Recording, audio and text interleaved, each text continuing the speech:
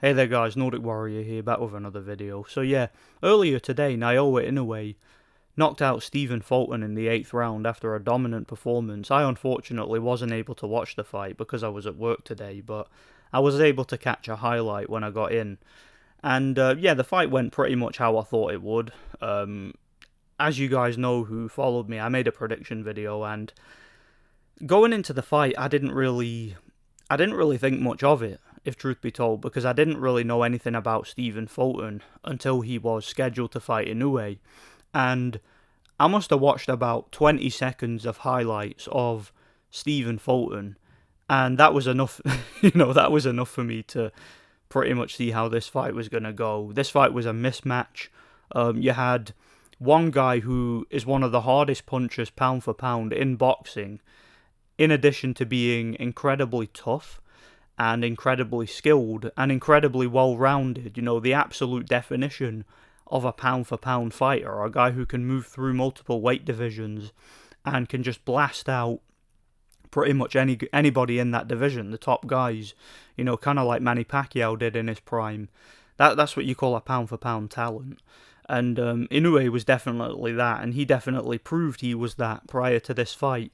Then you had Stephen Fulton, a guy who had beaten nobody, had done nothing, was essentially a pillow-fisted, limp-wristed slapper who basically got by on being the A-side fighter in America, had never fought a big puncher in his entire career, had never fought a single world-class fighter in his entire career, had never fought on the road in his entire career, and had basically been protected and mollycoddled and essentially manufactured and cherry-picked his way to a title win. I know he's a unified champion, but let's be honest, who did he even beat for those titles? I don't even remember. But yeah, I'd never even seen a full fight of Stephen Fulton's, just watching a few highlights, a few clips of some of his most significant fights, and I saw everything I needed to see. Absolute mismatch, and yeah, wasn't surprised by the result at all.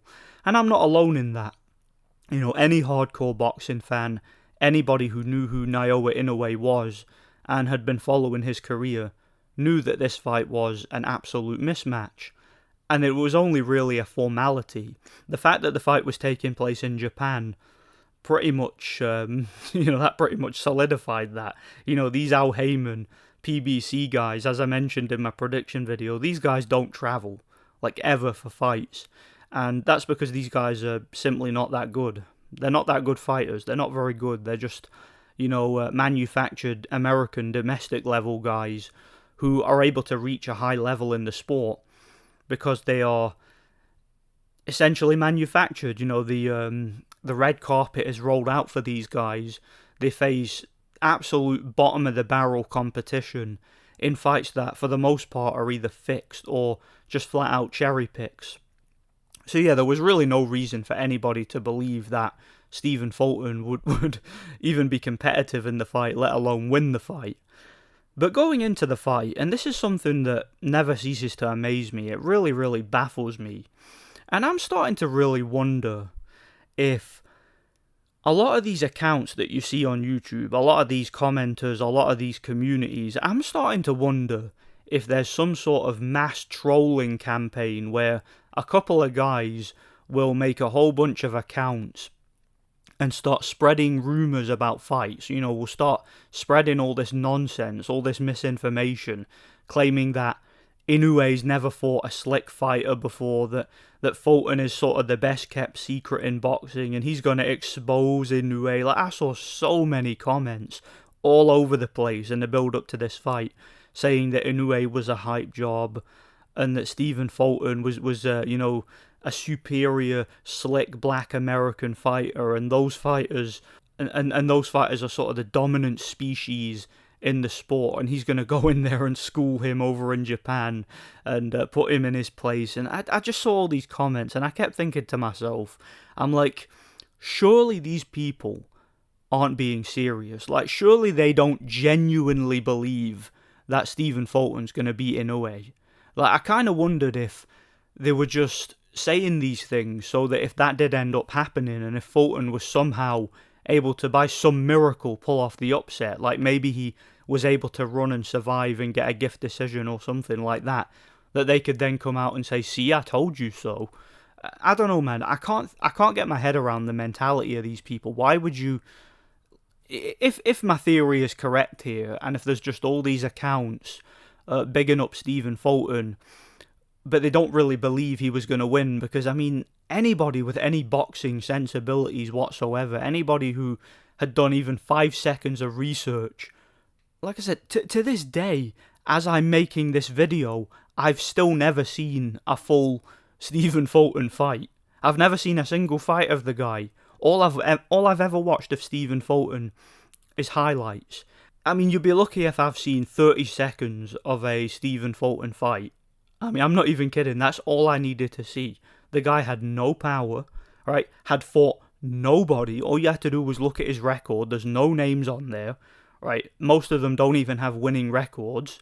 And he's going life and death with these guys, getting gift decisions against absolute no-hopers. People like Brandon Figueroa, who's a tough guy, don't get me wrong, but not a puncher and not a world-class fighter. So if you're going life and death and getting gift decisions over these flat-footed, face-first, feather-fisted Mexicans, how were you going to go over to Japan and beat the hardest puncher or one of the hardest punchers pound for pound in boxing, and a guy who's proven his mettle, proven his chin, proven his stamina over 12 rounds, and proven his skills against a variety of different opponents?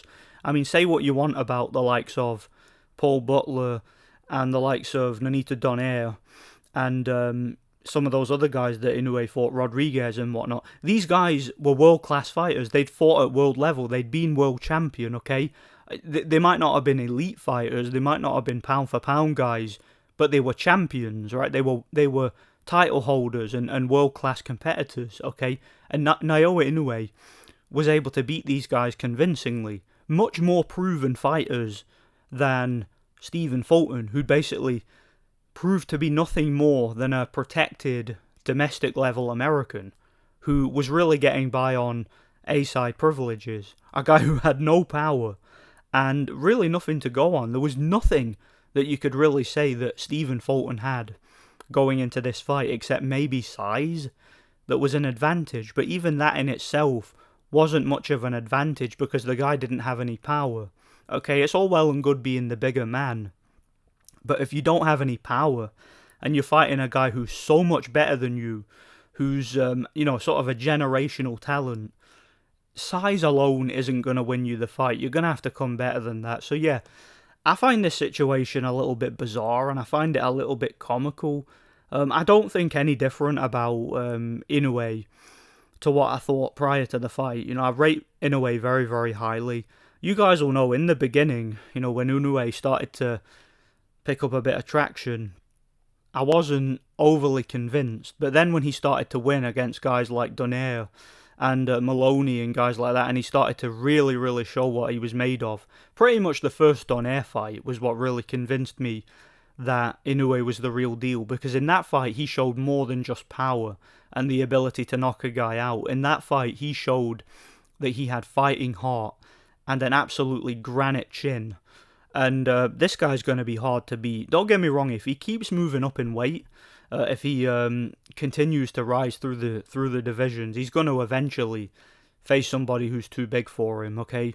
As great as Manny Pacquiao was, it did get to the point where he was fighting guys who were bigger than him, and he wasn't the same, was he? Like, he wasn't able to knock guys out at welterweight the way he was able to do at, say, lightweight and below.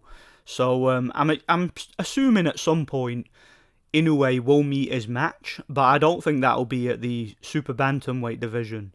I really don't. I think he'll absolutely destroy that other guy, the one who beat Akhmadaliev. I think he'll beat that guy pretty easily. So yeah, I think he should move up. Again, I think he should move up to featherweight, because I really think there are some good fights for him up there. I really do. And I think that even though he'll be undersized eventually, I definitely think he'll be undersized at featherweight. I still think his boxing skills, his toughness, and his power that's clearly travelling up through the divisions it'll serve him well. So we'll see how well he goes. I don't really have a whole lot more to say. I just wanted to give my quick thoughts. Let me know what you guys think anyway. Great performance from Inoue, and he continues to impress. He continues to improve. He's looking better and better fight by fight. And yeah, man, it's going to take one heck of a fighter to beat him. It's going to take a guy who's big. It's going to take a guy who's durable.